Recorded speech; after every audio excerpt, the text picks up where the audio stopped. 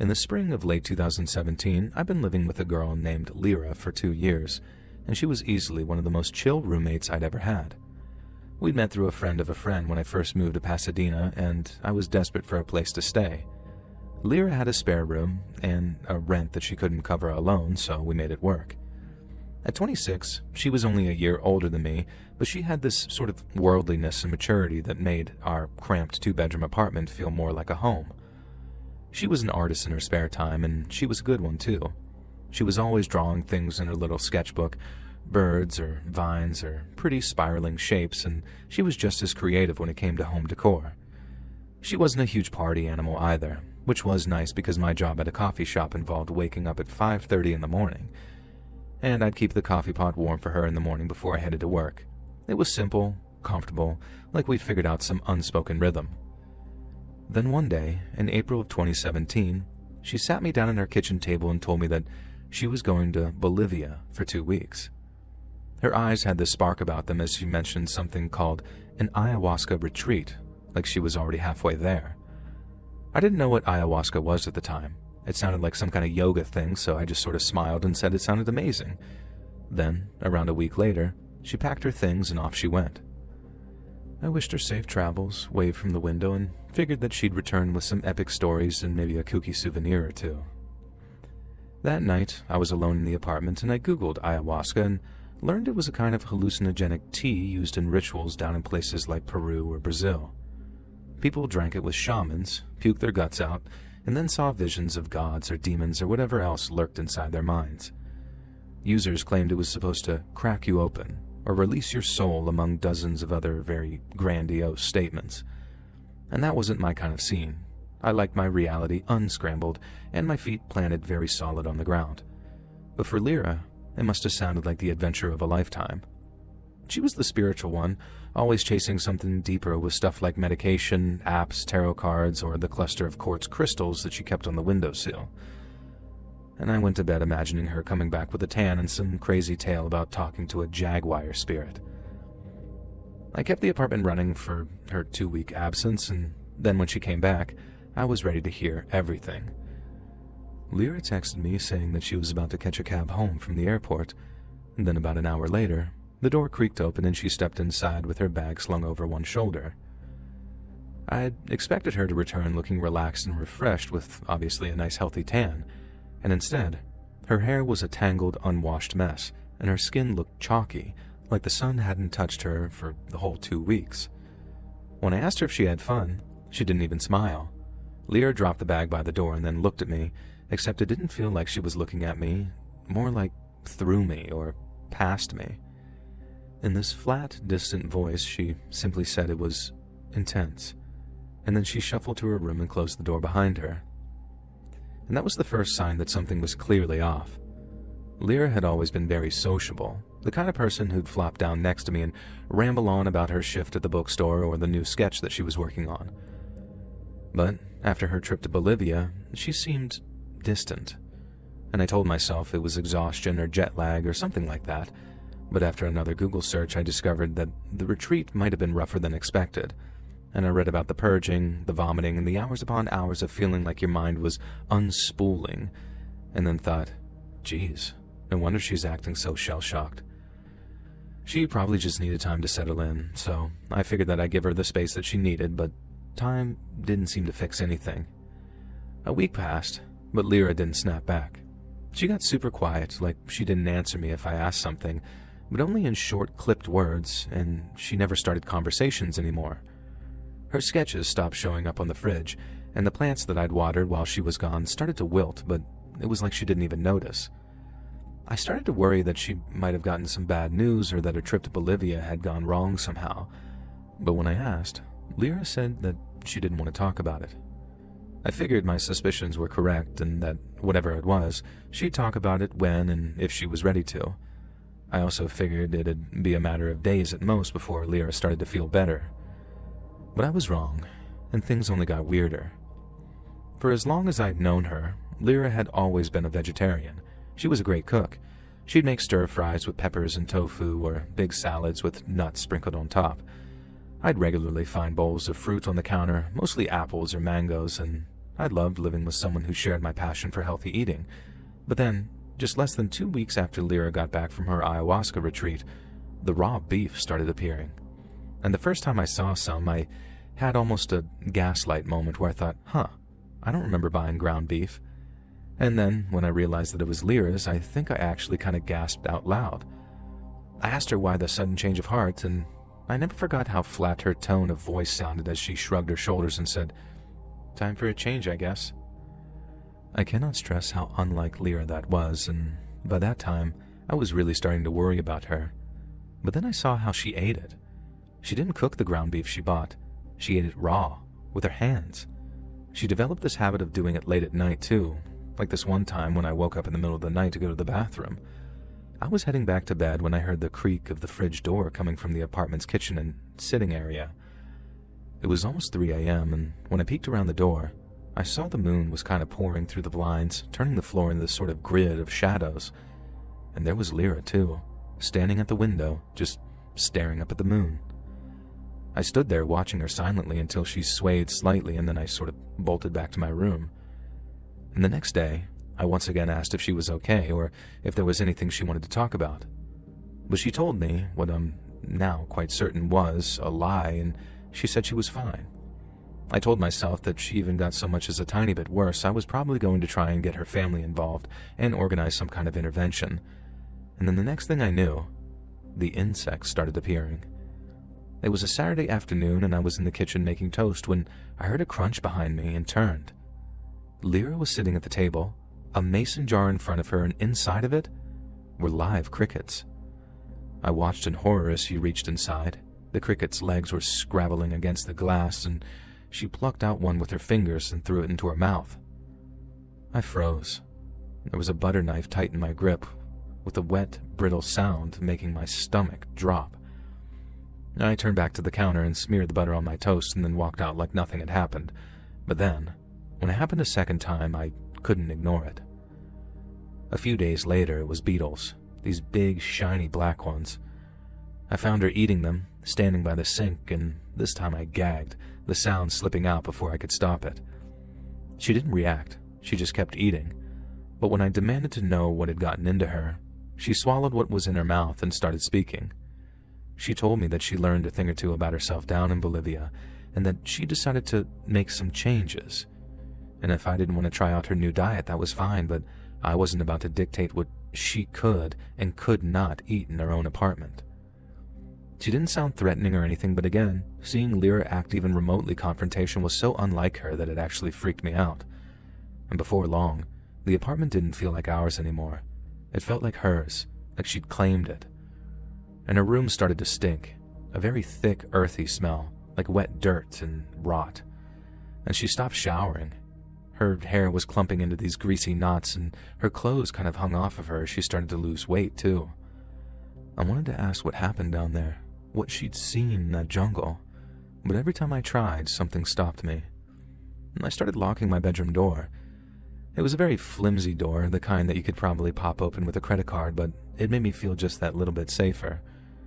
I'd lie there, my phone under my pillow, listening to Lyra pacing around outside. Work became my lifeline. 8 hours at the coffee shop, steaming milk, wiping counters, and chatting with regulars who didn't know that my roommate was unraveling back home.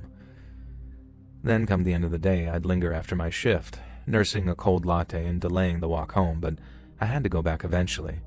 And when I did, there she'd be, sitting or standing by the window, and either waiting for or staring at the moon.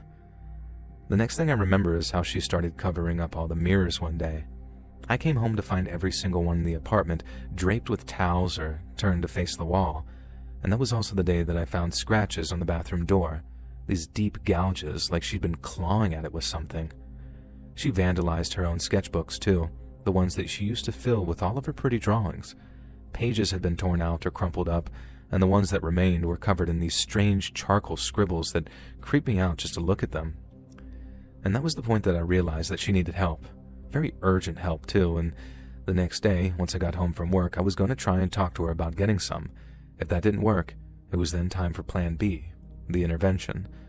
But the horrible irony of all of this is that by the time I actually decided to act, it was already too late. The next evening, it was dark when I arrived home from work. Then, when I unlocked the door, I walked into the apartment, and the first thing that hit me was the smell. It was sort of this wet and coppery smell, heavier than the beef had ever been. The apartment was dark, so I figured no one was home, but when I flipped the light switch, there was Lyra, sitting in the middle of the TV room, or at least what was left of her. She was sitting cross-legged, our big kitchen knife in one hand, a flap of her own skin in the other. She'd peeled it back from her face, starting at her forehead, and had pulled it down, like a mask. She looked at me, the raw flesh of her forehead glistening as blood dripped onto her thighs. And then, with lips that were streaked with red, she told me, "I need to see who's underneath." I dropped my bag and ran, screaming as I went. I made it to my room, slammed the door, and then pressed my back against it after locking it. My hand shook as I fumbled for my phone. Then I dialed 911 and told the dispatcher what was happening. And as I spoke, I could hear her out there in the hallway. That knife sounded like it was scraping against something, and she was muttering louder and louder, and then it stopped, replaced by a low, keening sound, like she'd finally realized what she was doing, or had only now just started to feel the pain of what she'd done to her face. I slid down on the floor, my knees pulled up with my finger in one ear and the dispatcher in the other, and just waited. I was shaking, but thankfully the cops got there fast. I heard the front door burst open as a boot hit the frame, and then after the distinct sound of the two cops shouting some commands, I heard this feral, inhuman snarl before the slap, slap, slap of bare feet on hardwood floor. There was another shout, a command to stop, and then 2 shots, sharp and loud. The shots were terrifying, but the silence that hung in the air afterwards was somehow even worse. By the time I unlocked the door, 2 EMTs were zipping Lyra up into a bag. Her face, or what was left of it, was turned toward me with one eye still open, cloudy and still. One of the cops asked if I was okay. I nodded in the moment, but I wasn't. I was more shaken up than I'd ever been in my whole life. I didn't stay. I couldn't. I grabbed my keys and my phone and drove to my friend Mia's place across town. She opened the door in pajamas and took one look at me and pulled me inside. I crashed on her couch and then told her everything in bits and pieces. My friend didn't say much. She just gave me a hug and handed me a blanket and let me sleep after assuring me that everything would be fine. A few days later, once the cops finished with the scene, we went back to the apartment. Me, Mia, and her boyfriend in the latter's truck. And we packed all of my stuff up in under an hour, and the landlord didn't fight me when I broke the lease. He'd already seen the bloodstains on the hardwood. I live with Mia now. Her spare room is small, just a twin bed and a dresser, but it's mine. And sleep was very tough for a while. I'd have nightmares about Lyra, crickets and beetles crawling out of her open mouth before her whole face split open. And I'd wake up sweating, and then lie there till the sun came up, wondering what she saw in that jungle and what she brought back with her. The cops called it a psychotic break and blamed the ayahuasca. I read for myself that it happens sometimes, and I guess it does make sense. But there are times at night that I still keep the lights on, and I still lock my bedroom door, and I still check the mirror before I sleep just to make sure that it's still me looking back.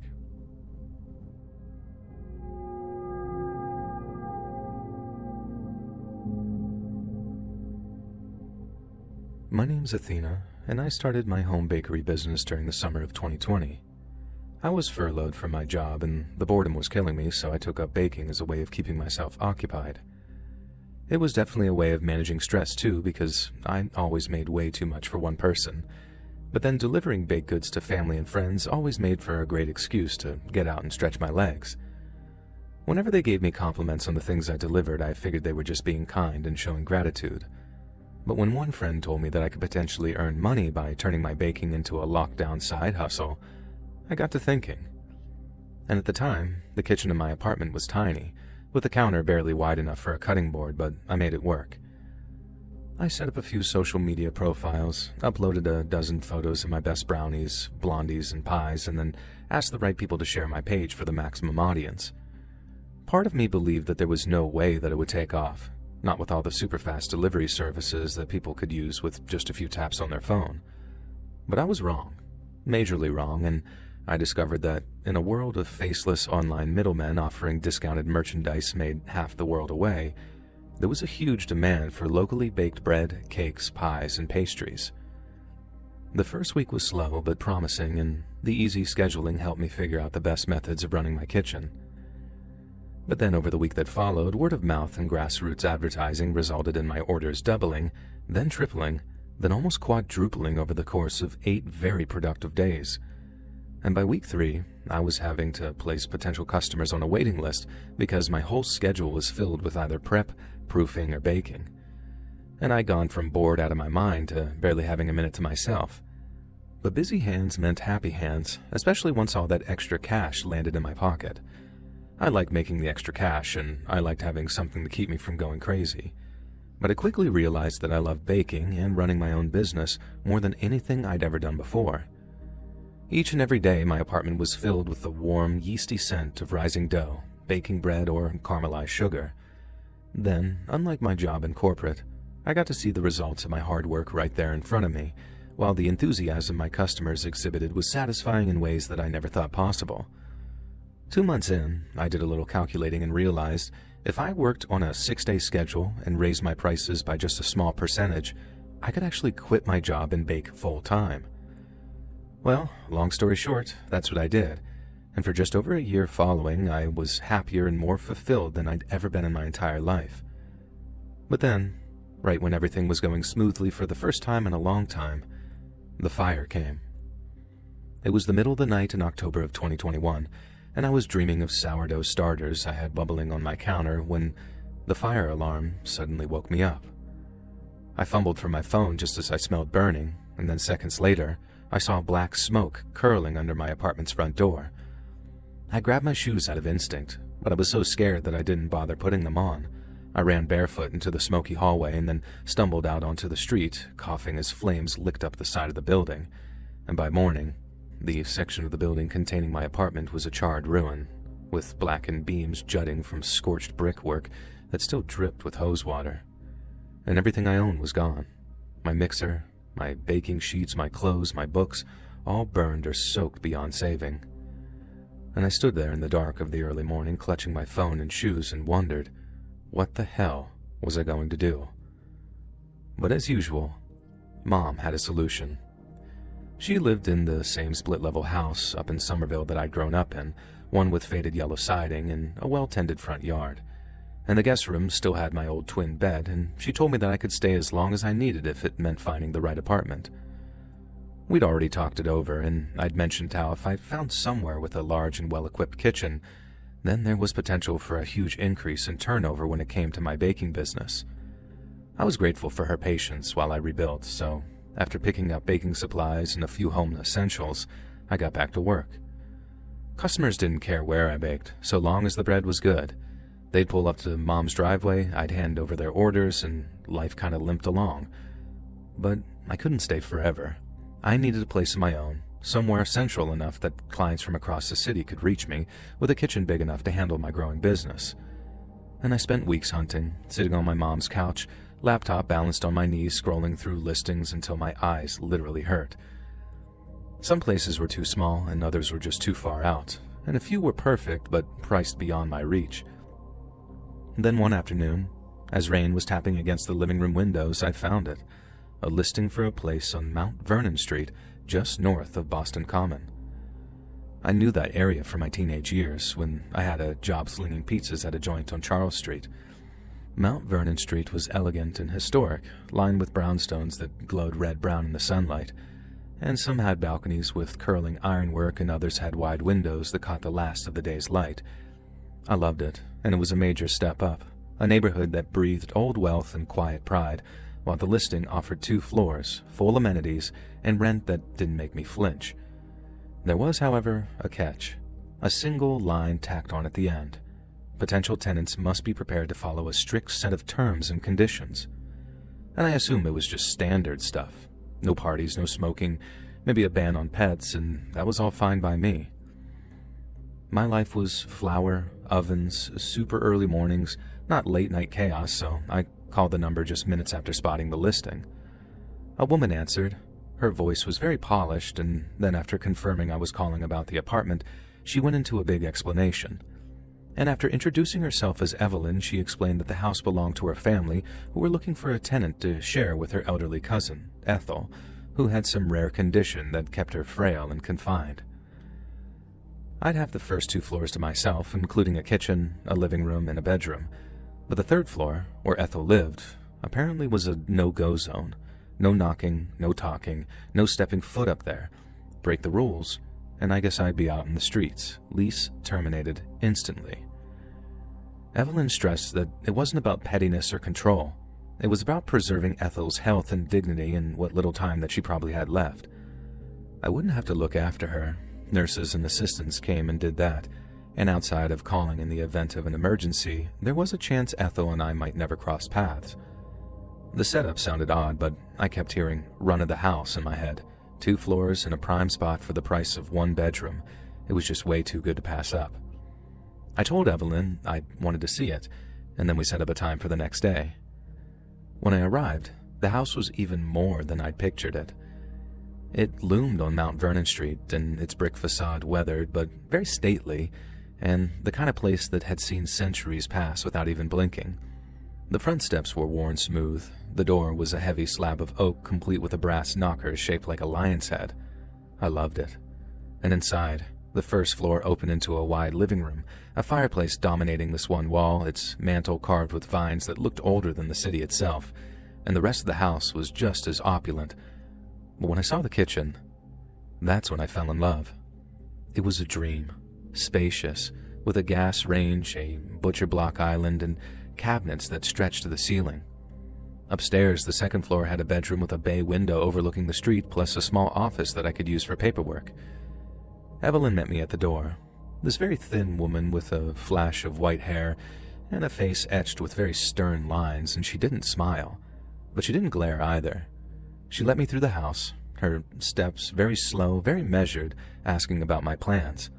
When I mentioned the bakery, her eyes kind of softened, and she seemed relieved that I wasn't looking to turn the place into some kind of party house. I signed the lease that afternoon. Evelyn handed me the keys, repeated the rules about Ethel, and then left me to settle in. The first few weeks were good. Better than good, even. I had the kitchen set up, my mixer was humming on the island with flour dusting the counters as I worked, and the house was quiet, but I relished that, and sometimes I'd even forget that Ethel was even there at all.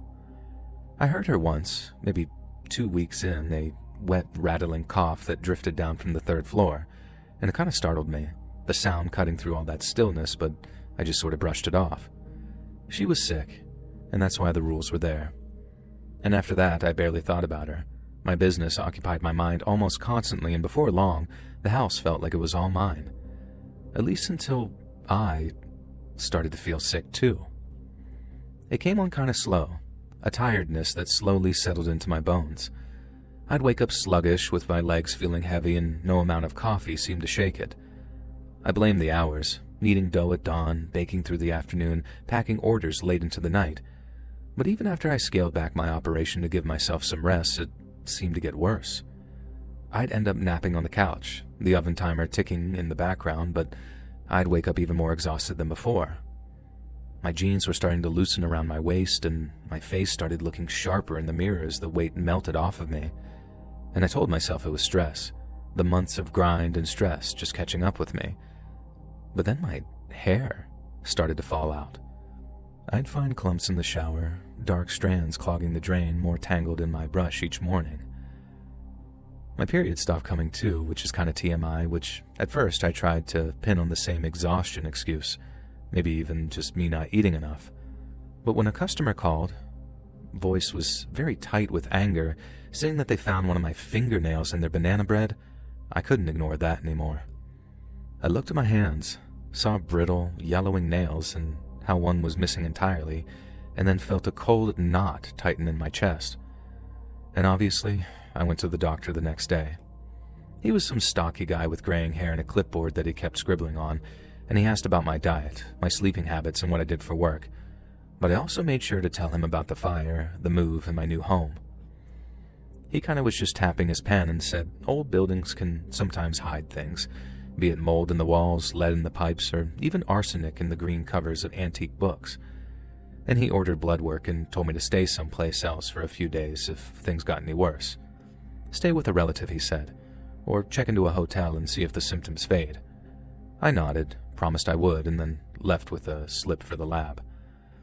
I went back to my mom's that night. She opened the door, took one look at me, and just gasped. "Oh my God, you look terrible," she said. I must have looked skeletal compared to the last time I'd seen her. I was pale, I had huge bags under my eyes, and my hair looked pretty patchy and dull. I was a far cry from the girl that put on a little weight thanks to getting sugar high on her own supply. And I was scared that I'd get worse, but after 3 days of convalescing in her guest room, I felt so much better. The nausea lifted, and when my strength crept back, I called Evelyn and told her I thought something in that house was making me sick. And she expressed her sympathy, but there was this very strangeness to her voice. She reminded me of the lease, how breaking it without proof would mean lawyers and fees. Subletting was an option, and she was more than happy to consider a doctor's opinion, but at the end of the day, we had an agreement. I should have stayed away. I know that now, but I loved that place so much that I talked myself into going back, just for one more night. I'd test it, prove it was the house, and if I felt worse, then I'd know for certain that I needed to leave. I drove back to Mount Vernon Street, and then the moment I stepped inside, the air had this very stale, heavy, with a sort of faint metallic quality that I'd never detected before. I told myself it was some kind of cleaning product Ethel's nurses had used. And now, I think I know different. Stale air and chemicals or not, I resigned myself to stay at least one night, so I set my bag down and started a batch of dough to keep my hands busy. But by the evening, the nausea was back. I knew then that I'd be leaving in the morning for certain, but I was so exhausted that I thought driving might be dangerous until I'd slept and there was daylight. So I climbed the stairs to the second floor, feet dragging with each step, when suddenly I heard the sound of singing. It came from the third floor, this clear voice that cut through the silence. But it wasn't the voice of an old dying woman. It was young, alive, sounding out a melody that I didn't recognize. I stopped at the bottom of the stairs, my breath catching as I listened. The sound was soft but sharp, and at first I figured it was a recording. But then there was pauses, breaths, the faint waver of a living throat. It wasn't a recording. This was clearly a human. Ethel was supposed to be bedridden, this husk of a person, so who the hell was up there singing? I remember my skin kind of prickling as I turned, shuffling back down the stairs before I grabbed my keys, my phone, and my jacket, and then ran for the door. I didn't care about proof, about leases, about anything. I wasn't staying. And that night, after driving back to my mom's place, I got sicker than I'd ever been. I vomited until my throat was raw and a blood vessel burst in my eye, leaving a red smear across the white area. And in the morning, I looked into the mirror and saw a stranger. My cheeks looked completely sunken in, my eyes looked hollow, and my hair was thinning so badly that you could actually see my scalp. I broke down, sobbing into my mom's arms, and told her everything. The house, the sickness, the singing, and she held me tight and told me everything would be okay and that we'd fight the lease together. We'd get proof, hire experts, and force Evelyn to let me go. But it didn't work. Nothing did. My blood work came back normal, no toxins, no allergies, nothing to explain what was happening to me. And we paid a hazardous materials guy to check the house too. This gruff man with a toolbox and a clipboard who spent hours testing the air, scraping paint, and sniffing for mold, and he found nothing. The place is old, he said, but safe and up to code. And the lack of evidence meant Evelyn wouldn't budge, and we ended up paying out the full lease, thousands that I didn't have, borrowed from my mother and her boyfriend, just to be done with it. I moved back in with her, and within days I felt better again.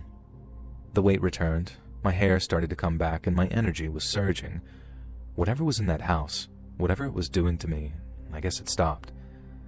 And I found a new place eventually, a much smaller apartment with a much smaller kitchen in the city's north end, and the bakery picked up, life steadied on, and I tried to move on. But that house on Mount Vernon Street wouldn't let me go, though. I remember lying awake some nights just staring at the ceiling, replaying this whole thing in my head.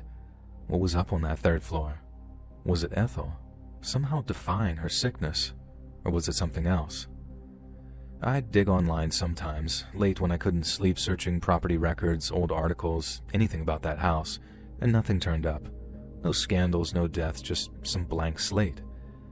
And the house just stood there, smug and silent, hoarding its secrets from me. And a few months back, I drove by the house. I remember it was a cold January evening and I was in the area for a delivery. I don't know why I did. Curiosity maybe, or possibly out of some unconscious desire to face it. And the house looked the same. The brickwork glinting faintly in the early dusk, with its windows dark and still. I parked across the street. My engine was just idling and I sat there watching. The place stayed still for a while, just another quiet house on a quiet Boston street. And then suddenly, I saw a shadow, quick and thin, pass by a third-floor window. My hands tightened on that wheel and I floored it and sped away. I don't know what happened in that house, and I don't think I ever will either, but it wasn't my imagination. Something was wrong there, something that latched onto me and only let go when I fled. I'm safe now, happy even, but memories of what happened in that house back there still linger with me, and as long as that mystery persists, I don't think I'll ever be able to fully let go.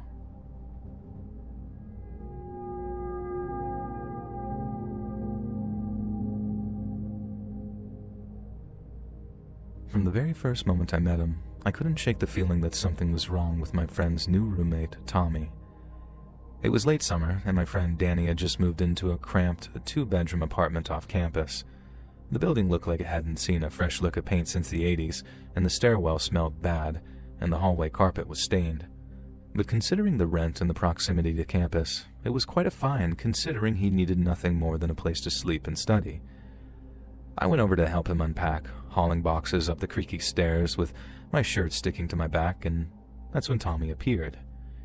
He was leaning against the kitchen counter, his arms were crossed, and he was just kind of watching us. He was a big guy, very wide too, with dark hair that hung just past his ears. Danny introduced me. "This is Tommy. He's cool. He's quiet." Tommy nodded, a quick jerk of his chin, but he didn't smile, and he didn't say a word. I remember forcing a smile, mumbling hello, and went back to helping Danny move his stuff in. But I didn't like the look of him, and that never changed. Later, when we were alone grabbing pizza in the car, I brought it up. "Your roommate's kinda off, man," I told him. But Danny just laughed, in that loud, careless way of his. "Oh, Tommy's just not a big talker is all," he replied. "I mean, I guess he's a little weird, but who isn't?" He had a point, but I still wasn't sure. Something about Tommy just didn't sit right with me. But Danny was my best friend, and I didn't want to pester him over what amounted to just a gut feeling, so I let it go. And okay, time for a short history lesson before we keep going. Danny and I went way back, all the way to high school, and for as long as I'd known him, he was the kind of guy who could sleep through a tornado. Then, since this all happened before super loud cell phone speakers were a thing, cell phone alarm clock functions were nothing more than tinny two-tone beeps looping over and over. Well, what about the vibration function, I hear you ask? Couldn't Danny just put his phone on a desk and any other hard surface and then hear the super loud buzzing when the alarm went off? Not if he wanted to charge his phone overnight, because back then, and I'm sure some engineer type will explain why in the comments, but some phones quit vibrating altogether whenever they were plugged into a charge. And it was super first world problems, I guess, but the solution was simple. He bought an iPod docking station, one which featured an alarm clock function, and then he could blast himself with some Pantera music whenever he needed to wake up. However, that iPod station ended up being the punchline to half our jokes for a while, because even if he blasted himself with ear-splitting heavy metal music, he still didn't wake up half the time. It happened when he was sleeping over at my place one time, and he'd set up the docking station the night before to play music. It started blaring at like 7 a.m., and for the record, it was Pantera's song The Great Southern Trendkill, so it opens up with a guy growl screaming "Brrrr" at the top of his lungs. And it woke me up startled, and I looked across the room expecting Danny to wake up in a similarly abrupt fashion, but he was sprawled out in his inflatable mattress like some starfish, still snoring as the screaming stopped and the guitar riffs kicked in. I threw a pillow at him and he woke up annoyed, like there wasn't ear-melting loud music playing right next to his head. I thought it was funny at the time, but looking back on it, there was probably a medical explanation for it. Maybe he was hard of hearing and no one ever put it together. But either way, Tommy didn't find it funny, and he didn't share our sympathy for Danny's condition either. Danny mentioned it maybe a week after moving in. "Tommy hates the alarm," he said, casual, like it was nothing. "It says it wakes him up and he can't fall back asleep when it does. It keeps giving me these looks about it." He chuckled. "I told him I'd use something else. You know me." I did know him. He wouldn't find something else, or rather, it took Danny way longer than it should to get around to the little things like that. That iPad station had been screaming at him for years by this point, and he'd never once bothered to replace it or set it quieter. "Be careful, dude," I said, only half joking. "Tommy's one odd duck." Danny laughed again, and I was told I worry too much. But things got bad, fast. One night, Danny texted me about Tommy acting strange. It was a picture of a note on the fridge. "Silence is golden," scrawled in block letters with a black marker. "Dude's got a flair for drama," Danny wrote, adding a laughing emoji. Then another time, he said Tommy had stood in the hallway outside of his room at night, not moving, just staring at the door. "Caught him when I went for water," Danny texted. Freaked me out, but he just said that he thought he heard something.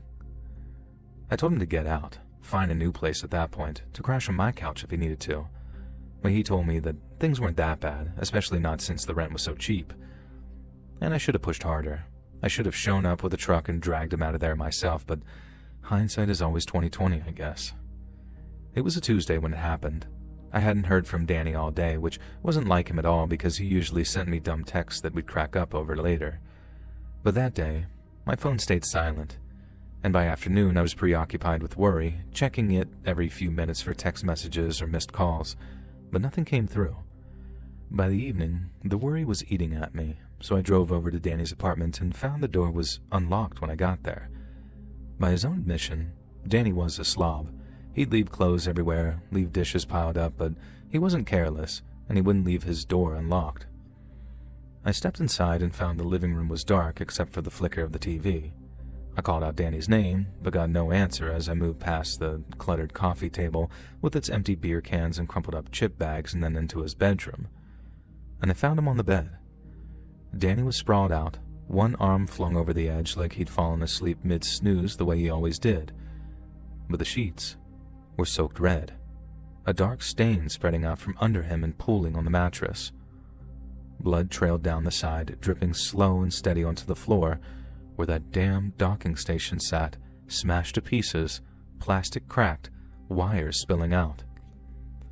Danny's throat was cut, a jagged, ugly gash that looked like it had been hacked open with something dull, not clean, but completely ragged, like the skin had torn under the force.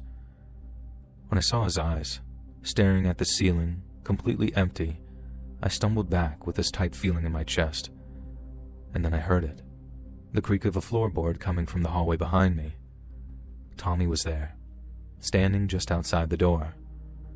His face was blank, no anger, no panic, just nothing, like it was waiting for a friggin' bus or something. "He couldn't stop," he said. "That noise. Every morning. I asked him. I warned him." I froze, my brain screaming at me to run, to yell at him, to do anything, but my legs were rooted to that spot. He took a step closer, his shoes silent there on the carpet. I saw his eyes flick to the broken clock and then back to me.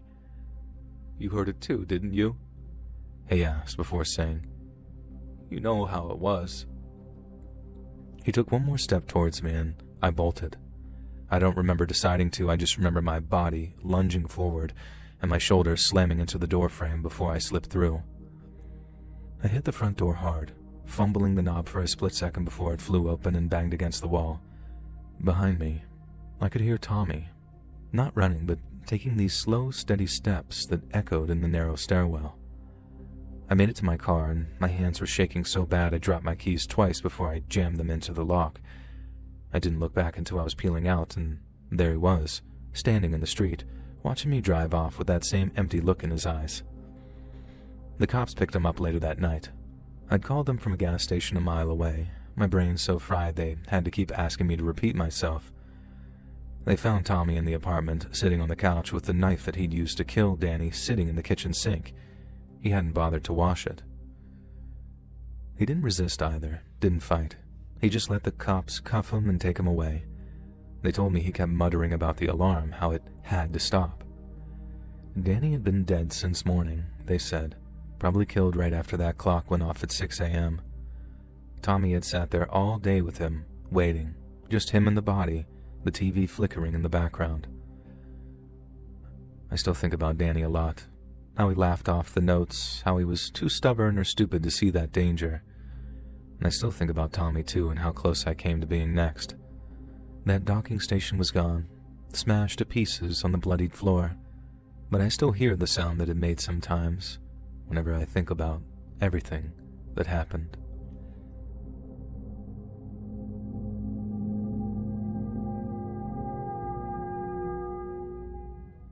I had a weird childhood, so I was kind of a messed up kid. Not the kind that went out torturing cats or lasering ants to death with a magnifying glass. I wasn't that far gone. But me and my buddy Cooksey, we liked starting fires. It started small at first. We'd burn stuff in the alley behind his house, whether it was piles of dry leaves, old newspapers, or whatever else we could snag. And I remember the crackle of the flames, the way they danced over whatever we set on fire, and it really fascinated us. Then one day, we messed up big time. When we were 14, we torched a shed in some guy's backyard just to see how big the fire could get. We didn't mean for it to spread. We didn't mean for the wind to kick up and send embers flying into the backyard of the house next door, but they did, and they took off. By the time the fire trucks showed, half the block was swimming in a haze of black smoke, and we ran off, thinking that we'd gotten away with it, but it was just days before the cops came knocking on mine and Cooksey's door. We got arrested, dragged down to booking, the whole 9 yards. Then, after admitting what we did, and on account of our other run-ins with the law, we each got 9 months at a youth detention center, a fancy name for juvenile hall. Juvenile hall, or juvie as we called it, was rough as hell, believe it or not. The building was this concrete block in the middle of nowhere, surrounded by chain-link fences topped with razor wire that was so sharp that it was shiny at night. And inside, it smelled like sweat, bleach, and something sour that you couldn't quite pin down. The walls were gray, and the lights buzzed constantly with this low hum that you never seemed to get used to. You'd wake up at 6, eat cold oatmeal for breakfast, and then it was either group exercise or group therapy sessions where they'd try to fix us. They'd feed us dinner, give us a little recreation time, and then it was lights out by 9 p.m. The other kids were a mixed bag. Some were okay, I guess. Guys I'd shoot hoops or trade snacks with, and a couple of them even became close friends. But then there were the other kids, the ones everyone else was afraid of. To their credit, they made it easy to work out who not to mess with, and if a kid was too weird or scary, you knew to either avoid them or treat them with kid gloves. But then there were the kids you didn't know that you needed to be scared of, and to me, they were always way more dangerous. Those first kids were like machine guns. They made a lot of noise, and you knew to keep your head down whenever they did. But then those other kids, the quiet ones, they were almost like landmines. You didn't know that you stepped on one until it was too late. And Adam, he was one of those. I got stuck with him as a roommate after about 4 months into my sentence. Our room was small, just 2 metal bunks bolted to the floor, a chipped sink in the corner, and a toilet that smelled bad no matter how much they scrubbed it. The window was little more than a slit way up high, letting in just enough daylight to remind you that the world was still out there. Adam showed up one afternoon, escorted by a guard who dumped his stuff, a thin blanket and a plastic bag of clothes, on the bottom bunk. He was skinny and pale with greasy black hair that just kind of hung on his face and these dark circles under his eyes like he hadn't slept in literal years. He didn't look at me at first. He just sat there hunched over, staring at the floor, and I figured he was either shy or scared like most newbies were. But I was wrong. I could tell that he was weird almost right away because he didn't seem to sleep much. The first night, I woke up to the bunk creaking as he shifted and caught him sitting upright, staring at the wall all wide-eyed in the dark. And I thought that he just had the new fish blues, same as most kids got on their first night. But as it turned out, that was just Adam. I don't think he got more than a couple of hours of sleep a night, and it got so bad that it started to mess with my own sleep schedule. I'd lie there with a pillow wrapped around my head, trying to tune out the sound of him whispering things to himself in the dark. Hours later, I'd wake up exhausted with my eyes burning, and he'd be there, eyes completely fixed on that same spot with the same bloodshot, baggy-eyed stare. Adam wasn't the biggest fan of personal hygiene either, so much so that the room started to reek because of the stink that clung to his bedding. It smelled like sweat and unwashed skin mixing with the stale air, and I'd hold my breath whenever I walked past him just so I wouldn't have to smell it. One day, I couldn't take it anymore and I told him, "Dude, please, you gotta take a shower, I'm begging you, you stink, man." He didn't answer. He just slowly tilted his head like he was thinking it over, and then a few hours later he shuffled off to the showers. When he came back dripping wet, I was so relieved that I thanked him, but I spoke too soon. It took me minutes before I realized that somehow he still smelled bad, like he just stood there under the hot water without using any soap. The smell was bad, really bad, but far worse was the whispering. Adam talked to himself all the time in these low, scratchy murmurs that really grated on me. And by day it was annoying. He'd muttered under his breath while I tried to read the beat-up comics that were passed around. Stuff that I couldn't make out but couldn't ignore. But then at night, it turned very creepy. I'd wake up to it, faint and steady, like a radio left on in another room. And in the dark, with the shadows stretching across the walls, it sounded like something out of a horror movie.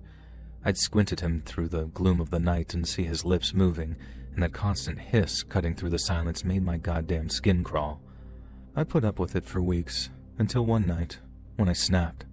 I barely slept, my eyes were burning, and Adam was at it again, whispering in the dark. I just sat up, bunk squeaking, and said something like, "Dude, why do you always keep talking to yourself? It's driving me nuts." He stopped, and then slowly turned his head toward me like a puppet on strings. "I'm not talking to myself," he said. His voice was quiet but clear. "I'm talking to my little sister." "Then write her a letter or something," I replied. "Or call her. I don't care, just stop waking me up." Adam stared at me, unblinking, and told me, "She's dead." And his reply hit me like a ton of bricks. I felt bad, really bad. This horrible guilt twisting through my guts like a corkscrew. I'd lost people too. Not anyone like a sibling or anything like that, but I knew that it hurt. And I remember rubbing my eyes and sighing before I said something like, "Sorry, man. I didn't mean to upset you." But then, to my surprise, Adam let out this soft, high-pitched chuckle that somehow lacked any kind of joy to it. "It's okay," he said, adopting a tone that made me more and more nervous. "It's me who should be sorry." He didn't wait for me to ask. He just started talking with his voice low and steady like he'd been waiting to tell someone for years and years and years.